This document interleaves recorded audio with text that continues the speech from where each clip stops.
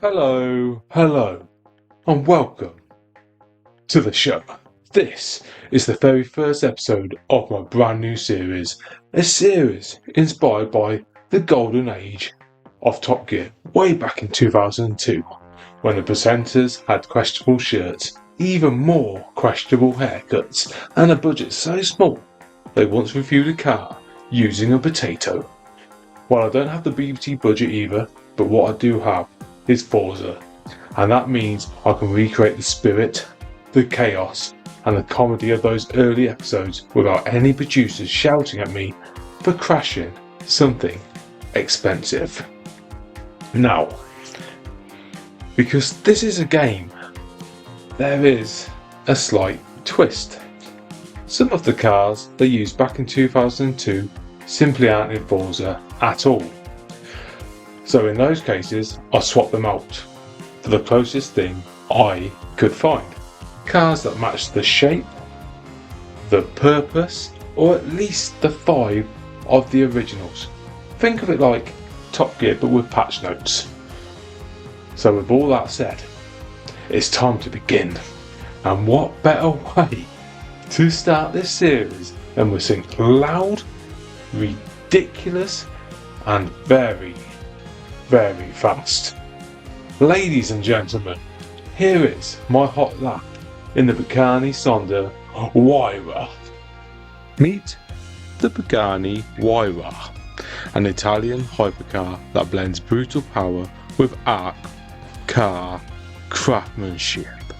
Under the bonnet sits a 6-litre twin-turbo V12 from a Mercedes AMG, sending power to the rear wheels through a 7-speed sequential gearbox. The output, around 730 horsepower and about 738 pound-to-foot of torque, enough for 0 to 60 mph in roughly 3.3 seconds. Top speed hovers near 230 to 238 mph. It's more than straight line fury. The Huayra rides on a carbon titanium monocoque chassis with independent double wishbone suspension and carbon ceramic Brembo brakes, giving supercar composure in corners and braking control worthy of a track car. Inside, a bespoke handcrafted interior combining leather, machined metal and artful details, because in a Pagani, driving feels as much like performance as it is like owning a piece of automotive art. This isn't a subtle GT. The Pagani Huayra is a raw, exotic hypercar that hits you with sound, speed and presence. If you want a car that blends craftsmanship, engineering and lunatic performance, the Huayra stands alone. And here we have it, the ghost is in the Huayra. He's got a decent start off the line. First corner, let's see how he goes. Is there going to be any slippage? No, there isn't. Got round there beautifully. Strong start for the Huayra. Well done, Ghost. Here he comes. Next corner, not that big. What? Gingerly goes round it, but that car, the back end does like to come out. Oh, look at it, a bit wobbly, but he's going. He's going. Oh, his foot's down now over the dodgy bumps. Now, will he slow down for this corner? Yes, he has. It's very sensible. Well done, the Ghost. What a race driver this man is. He will be doing each of these car tests to get consistent times to reflect the leaderboard. He's not going to, I'm not saying he's great, but same driver, different cars, we'll be okay. Or touch the corner, get him out. Oh, nicely does it. He's slowed down a bit much there, but it's okay. It's okay. Oh yeah, nice corner. Coming down towards the end, off the course a little bit there, but just go for it. Look at that. Oh, nicely does it. And round. Will he come off here? Oh, he did. He come off. Coming up to the last corner. How's he looking? Nicely does it. Over the finish line. Welcome back. The Pagani Zonda Huayra has completed its lap, and well, it certainly didn't hang about. Its official time around our track is 1 minute 46 seconds, which frankly is ridiculous. That's the sort of lap time that makes you wonder if the car is actually driving or just bending the laws of physics out of pure Italian confidence. But we're not staying in hypercar territory for long, because now it's time to do something a little different. You see, on the original 2002 episode, they didn't just look at fast cars. They looked at useful cars, practical cars, vehicles that can carry furniture, shopping, and maybe even your hopes and dreams, if you fold them small enough. So with that in mind, it's time for a road test of something a little more sensible. And by sensible, I mean a van. A fast van, a van that probably shouldn't be as fun as it is. Ladies and gentlemen, this is the Ford Transit Supersportvan. Meet Ford Transit Van. The Supersportvan in this case, a wild twist on a utility van showing that even a workhorse can get sporty. Under the hood is a 3.2 litre 5-cylinder dual-torque TDCI diesel engine, delivering roughly 200 horsepower and about 347 pound-foot of torque. The engine is paired with a 6-speed gearbox, making this one-off van surprisingly capable compared with a standard Transit. On the outside, it gets sporty upgrades. You get twin exhausts, alloy wheels with low profile tyres, front and rear spoilers, not on this van though because I took them off, and side skirts and extended wheel arches. So it looks the part, not just a cargo carrier. Inside, and in terms of safety, it retains van practicality. Standard safety kit including ABS, ESP, airbags, and the build was based on a short wheelbase Transit for better balance. The Supersportvan isn't about lugging bricks or tools, it's about showing off what a Transit might become if someone decided to make a van that can move. It's a kind of quirky, fun project car that proves fans don't have to be boring.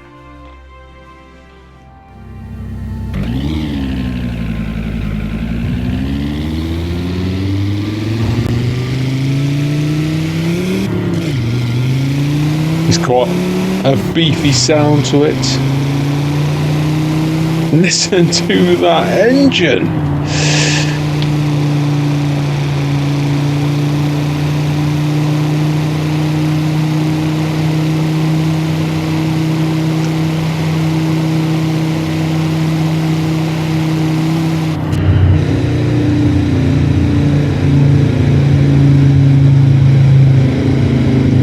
Really does have that beefy engine noise.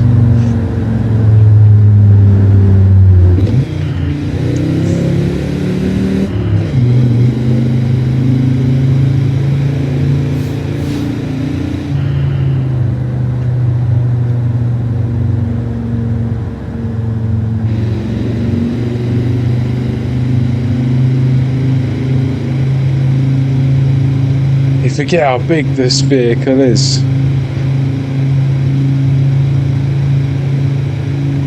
Recalculating route. I need to recalculate the route.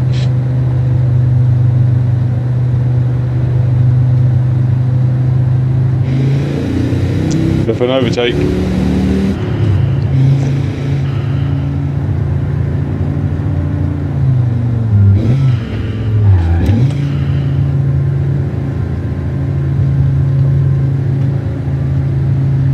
Whoa!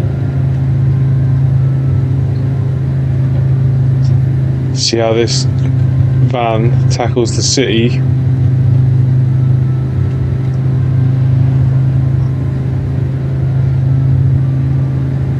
At the roundabout, take the second exit.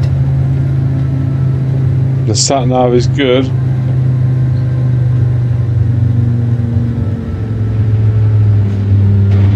Just get away, mate. Surely.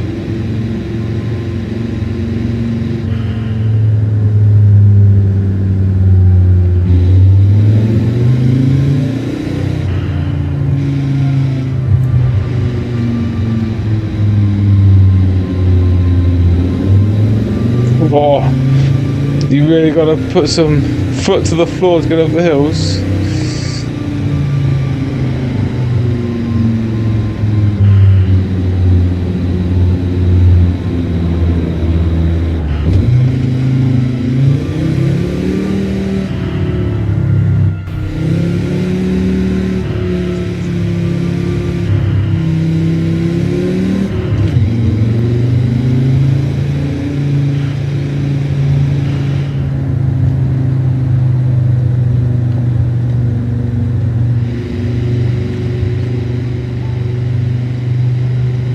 Day-to-day use around the city You have arrived at your destination.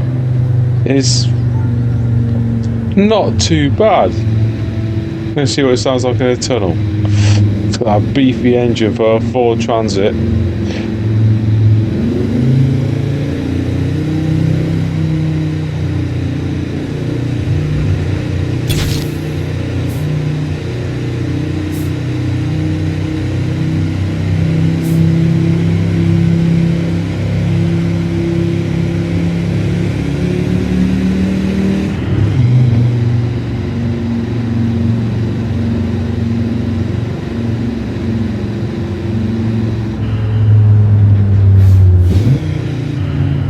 Sticking to these speed limits.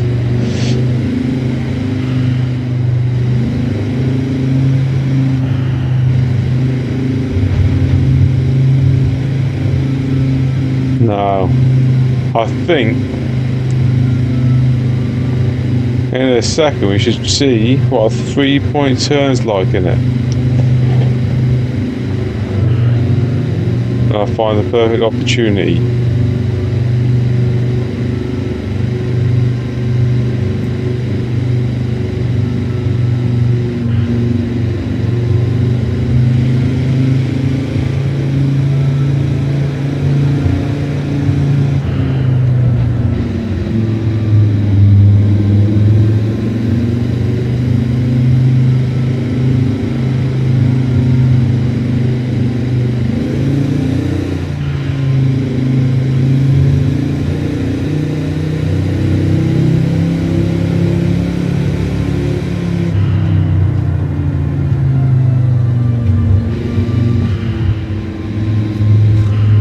There's the opportunity.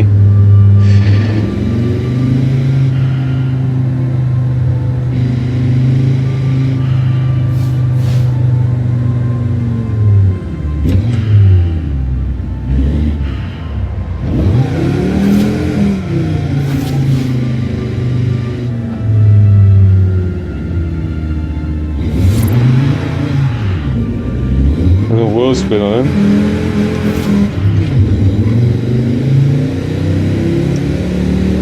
The handling is nice.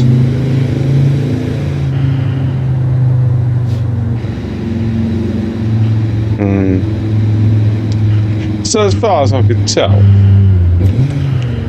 for a day out in the sea, this van works. Let's go and have a little look around and see what else we can see if this van can do.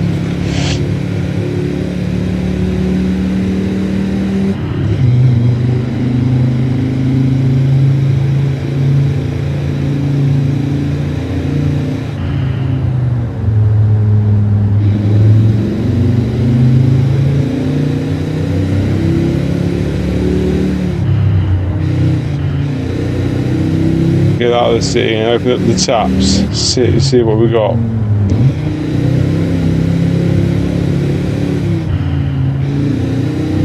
Weird.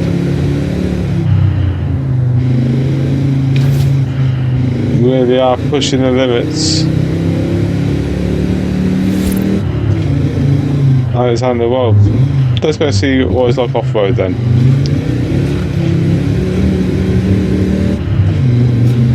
In case you need to make them deliveries on the farms.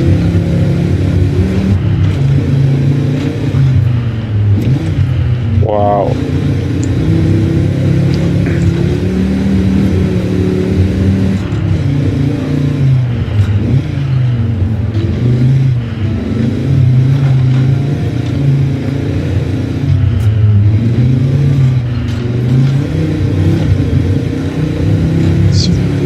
It's a really good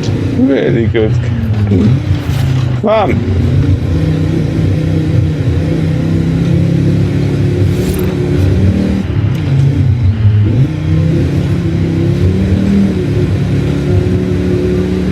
I mean that.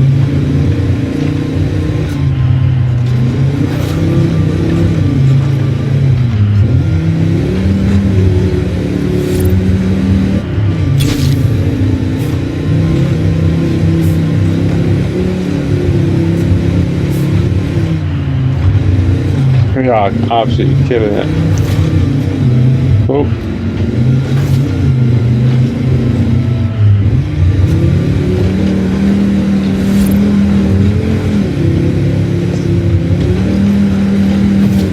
And so, as far as I can tell, if you are delivering the goods and there's a bit of off-roading and you're a bit worried about taking your van out, if you got this, don't be worried.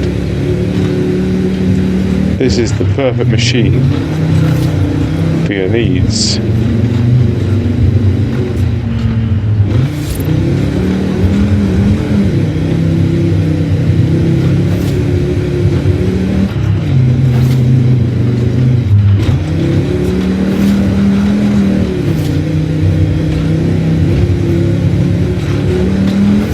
It's just really nice.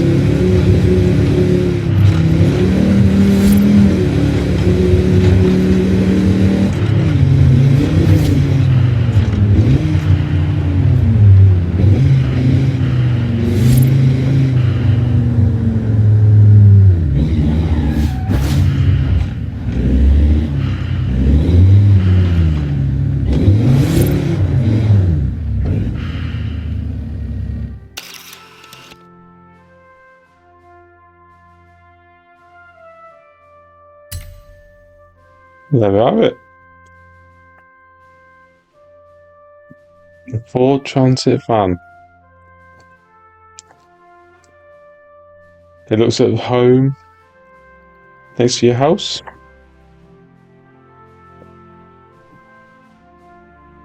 It's a bit dirty now, but what a machine it is. What a machine. Say, I enjoyed that van far more than I was expecting. It was big, it was white, and it went around the corners with all the grace of a surprise sofa. But now, it's time for something a bit more refined. You see, on the original 2002 show, they invited a VIP to come and set a lap time around the track. And in their case, it was none other than comedian, actor, and national treasure, Harry Enfield. Now, you'd be surprised, but Harry isn't here in person today. But that doesn't stop tradition. So in true Top Gear fashion, we put him into our reasonably priced car, a 2016 Vauxhall Corsa. And as he makes his way around the lap, let's take a look at exactly who the man behind the wheel is. Ladies and gentlemen, this is Harry Enfield in the Corsa. Harry Enfield's full name is actually Henry Richard Enfield. His date of birth is the 30th of May 1961. His place of birth is Horsham, West Sussex in England. He attended Dorset House School, Worth School and Collier's Sixth Form College. Then he took a BA at Derwent College before going to the University of York. He is the eldest of 4 children and the only son of journalist broadcaster Edward Enfield. In his early career, he began in comedy writing, for example, writing for the radio show The Weekend in 1982. He lent his voice as a voice actor to the satirical puppet show Spitting Image from 1985, contributing to voices of public figures. His big break came on Saturday Live on Channel 4 around the 1986-1988, where, together with longtime collaborator Paul Whitehouse, he created a range of memorable comedy actors, or characters I should say. Some of his most famous characters was Loads of Money, a brash, cash-waving plasterer mocking 1980s new money. Stavros, a Greek kebab shop owner with fractured English, another of his early hits on Saturday Live, and others from his later shows like Kevin the Teenager, Tim Nice but Dim, Mr. Charmon Lee Warner, Smashy and Nicey, The Scousers, and there were others. Harry Enfield's television programme, his first major show as lead, debuted in 1990 on the BBC. The show later evolved into Harry Enfield and Chums, co-starring Paul Whitehouse and Kathy Burke, who was Perry, producing many iconic sketches. He later tried Harry Enfield's brand spanking new show in 2000, but by his own admission, critics and he felt it didn't live up to what came before. After that, he returned to prominence with Harry and Paul, a sketch show reuniting him with Paul Whitehouse. Thank you for listening to the facts of Harry Enfield. Welcome back. Harry Enfield has crossed the line and completed his lap in the mighty 2016 Vauxhall Corsa, and his official time is 2 minutes and 20 seconds. Not bad at all for a man best known for playing teenagers, old men, and characters who spend most of their time shouting at people. In fact, I think that was probably one of the calmest things he's ever done. But now it's time for our final segment of the episode, and we're ending on something special. Now, back in 2002, the Top Gear team loved taking simple, lightweight sports cars and throwing them somewhere quite dramatic. So today, I'm taking 2002 Mazda MX-5, one of the purest driver's cars ever made. I'm driving it up a volcano, because why not? If you're going to test a car, you might as well do it somewhere that could explode at any moment, right? Right, let's go to the footage. This is the 2002 Mazda MX-5, a lightweight rear-wheel drive roadster, built for pure driving fun. It's tiny, just 3.96 metres long, 1.68 metres wide, and it weighs only about 1,080 kilos. That low weight is the secret to its magic. Under the bonnet is a 1.8 litre 16 valve 4-cylinder, making around 142 horsepower and 125 pound-foot of torque. Not huge numbers, but paired with a slick 5 or 6 speed manual, the MX-5 feels alive at any speed. You get double wishbone suspension, 4-wheel disc brakes, and Mazda's famous balanced chassis. The result, sharp steering, great feedback, and cornering that puts a smile on your face every single time. Fuel tank is 48 litres, the soft top drops quickly, and maintenance is cheap, which makes this one of the most fun, accessible sports cars ever built. Let's start this journey. And what a journey we got.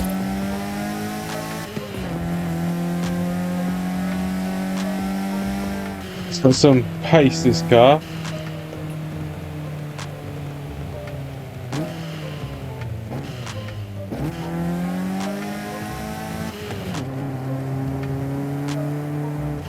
And up the volcano we're going to drive, see how we get on.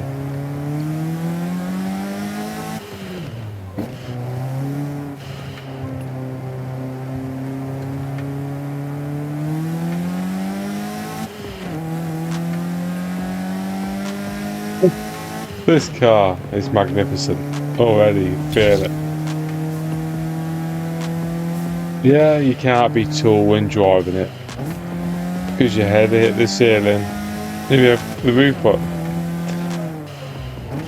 But what a feeling. If you had the roof down in the rain, if you're over 6 foot, this car's for you.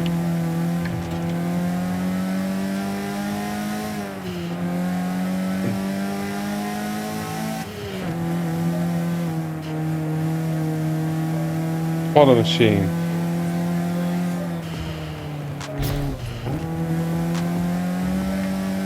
Let's do some drifting. I'm not the best at drifting, but oh, look at it go.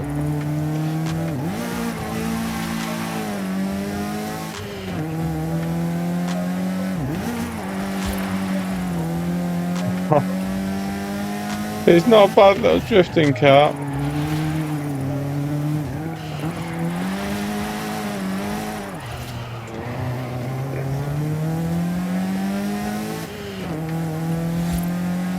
Just, yeah, I've got someone who's not the greatest at it.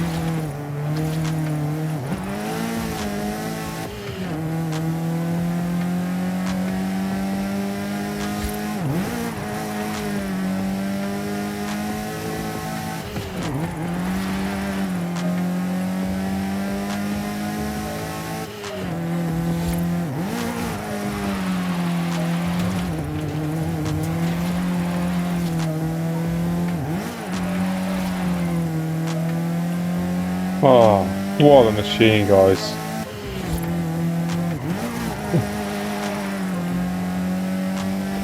You ain't got much money, but you can afford one of these. You want a toy.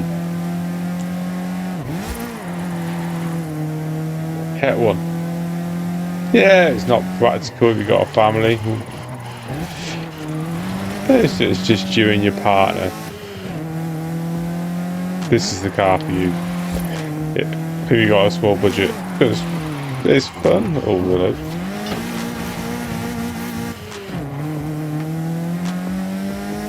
It's different, and you will have a good time.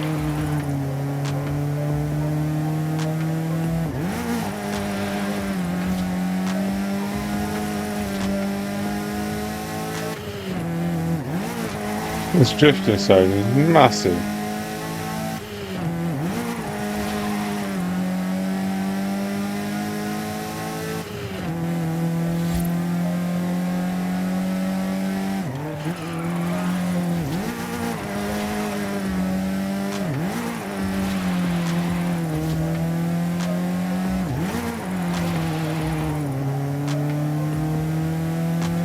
Oh.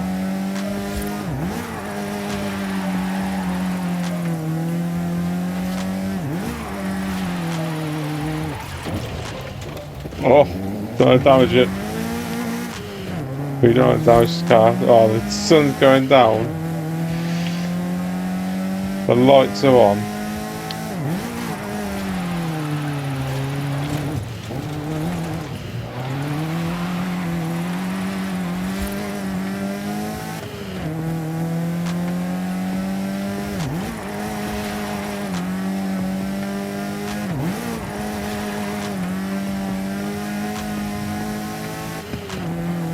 I do like it.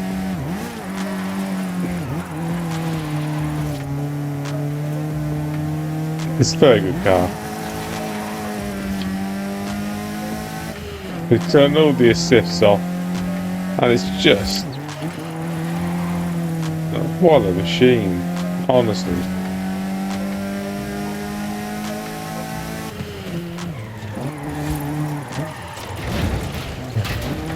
No, we do that.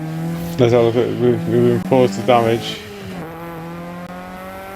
Apparently not.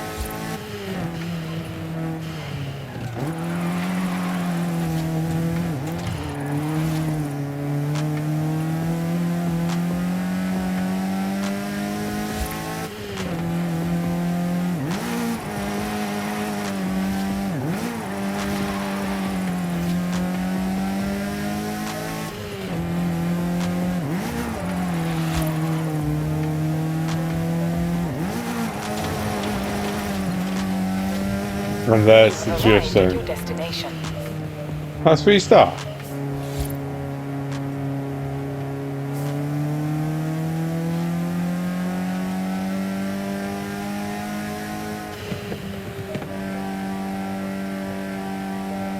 So yeah, it's not the fastest car in the world. It's not even the prettiest, but it is fun. It is fun. I'm enjoying it.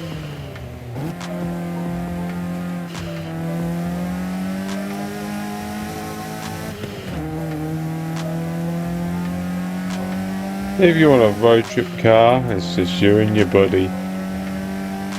Put the roof down and enjoy. What's this now? We're in a speed zone. Let's see what we can get.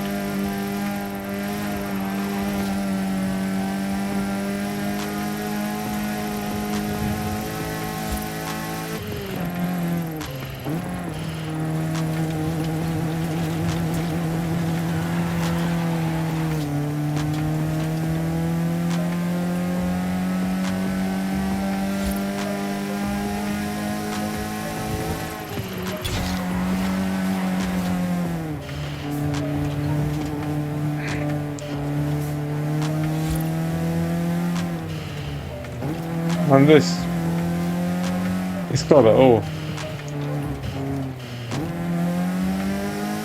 It's got it all.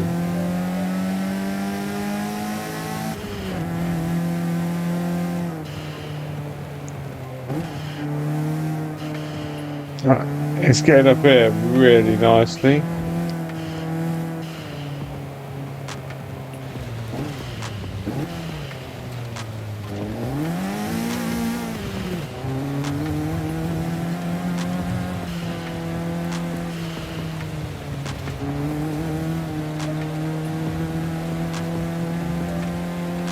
Look at it.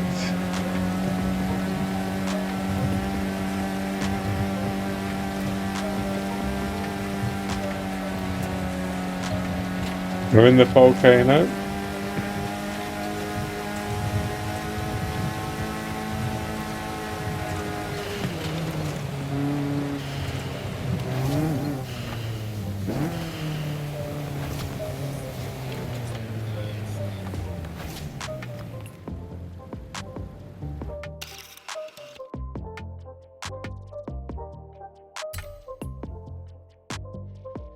And there we have it. A beautiful car in a beautiful location. It might be small. It might be just an MX-5. There's nothing just about this car. This is luxury. It's comfortable. It's everything you need it to be. It's a Mazda, and how a Mazda should be.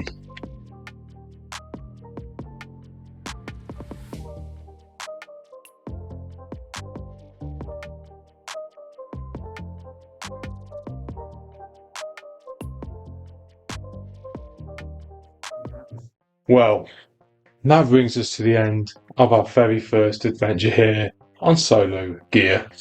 Today we've hurled a hypercar around the track, discovered that a fan can be far more entertaining than basic physics suggest, sent Harry Enfield on a flying lap without him even needing to show up, and climbed a volcano in a Mazda that probably thought it was just going for a gentle Sunday drive.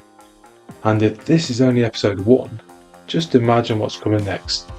So, from me, your host, the Great Jammer, thank you so much for watching, for joining me on this ridiculous, wonderful journey, and for being part of the start of something new.